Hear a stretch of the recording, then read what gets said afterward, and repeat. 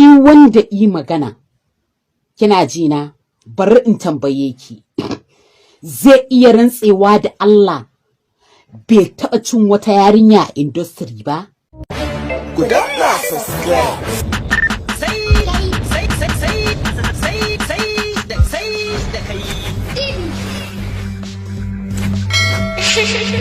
Kake ki saka bakinki a cikin wannan al'amarin. Kar ki soma saka bakinki a cikin wannan al'amarin. Ja bakinki ki shiru. Ki ja bakinki ki shiru Shamsiya. Ki bari yanda kike antifati. Ki bari. Yawwa. Shi wanda yi magana. Kina ji na? Bari in tambaye ki. Zai iya rantsewa da Allah bai taɓa cin wata yarinya a industry ba? Kun gani tun ban ɗauki zafi ba har kuna nema in ɗauki zafi. Ko ba haka ba? Ba na so ki saka bakinki a cikin wannan al'amarin. Kina ji na ko? Ba na so ki saka. Ki ja bakinki ki shiru Shamsiya. Ja bakinki ki shiru. Kai ki ƙara posting ɗin wani bidiyo. Kai ki ƙara posting ɗin bidiyo. Na gaya miki. Ya fito dai ya ya ɓata mu. Na rantse da tsarkin mulkin Allah idan zaki duba comment section ɗina maganganun da mutane suke ta faɗa akan ƴan kannywood wallahi Allah ku dubi idona wallahi kuka nayi saboda mutum ɗaya. Duk wata hanya da za a yi a toshe baraka ta kannywood gashi nan sai da aka fito da ita. An fito da ita. Ni na rantse da tsarkin mulkin Allah ba a taɓa min biyan wulaƙanci a industry ba. Ban taɓa kuma zuwa aiki an biya ni a wulaƙance ba wallahi. Kuma na rantse da tsarkin mulkin Allah ba wani director ko producer da ya ce zai saka ni a fim ɗin shi. Ya ce ni fati sulo zai neme ni. Na rantse da tsarkin mulkin Allah duk wanda na gaya man haka ya yi min ƙahar a rayuwata ta duniya. Na kuma yi masa sharri rangobe kiyama Allah sai ya saka min. Gaba ɗaya komai ya da malmale a social media nan gaba ɗaya saboda magana ƙwaya ɗaya. Ku bar tsohon wannan mana hankalinta ikwanta. Haba sarki haba dan Allah sarki.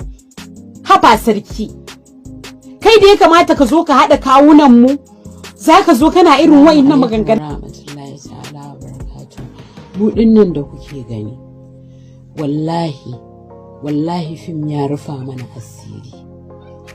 Fim ya mana riga ya mana wando ya ciyar da mu ya tufatar da mu. Da kuma ake magana cewa wani an ɗauki 2,000 an bashi, wani an ɗauki 5,000 an bashi.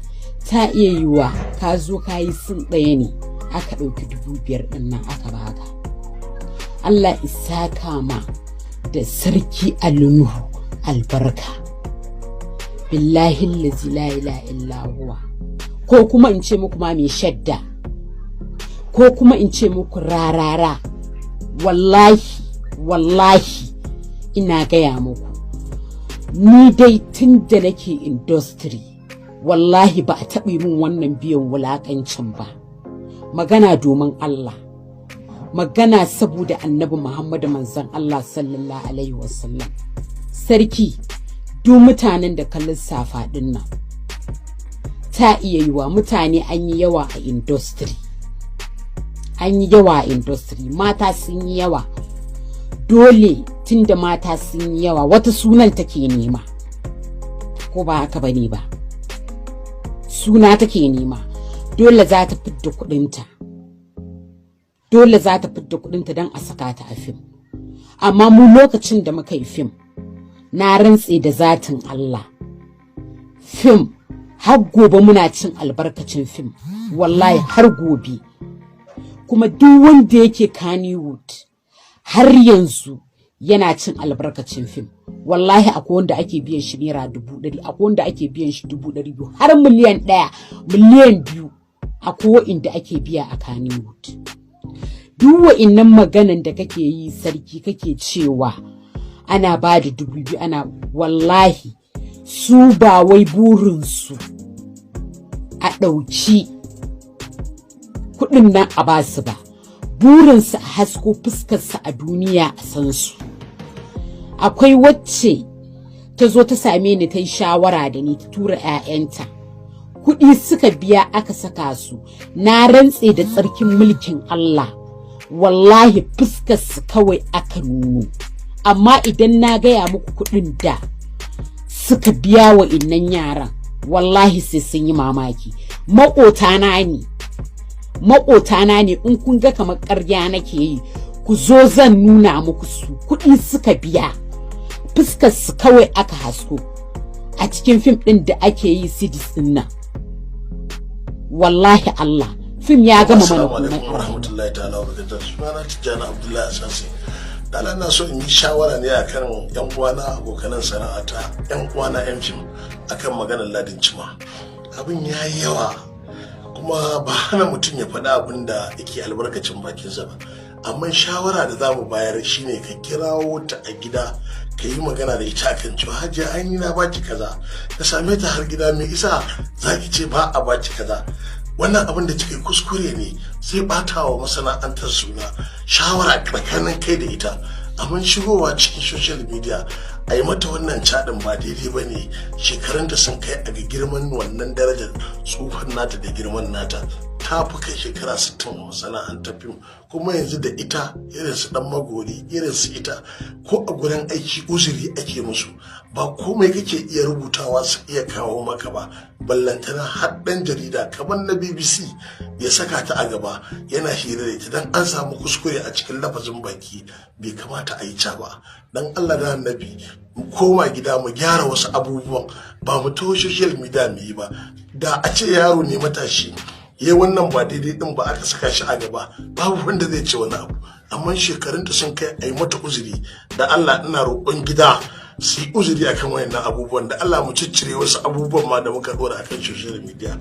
Na gode a har kullum. Na ku Tijjani Abdullahi Asasi.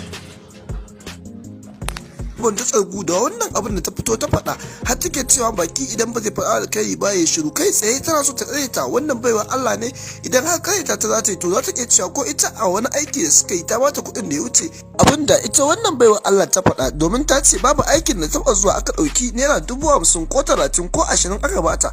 Tunda take a wannan masana'anta ta kayan ta akalla ta shafe sama da shekara 35 a cikin wannan masana'anta. Amma ta faɗa cewa ko a yau ta je aikin da naira 2,000 aka ɗauka aka bata. Har sai da wato ladidi cimma wadda aka fi sani da tambaya ta yi rantsuwa akan wannan kuɗin da aka ɗauka aka bata a yau. Shawara kiris a ce wato Hadiza Gabon tana shirin ta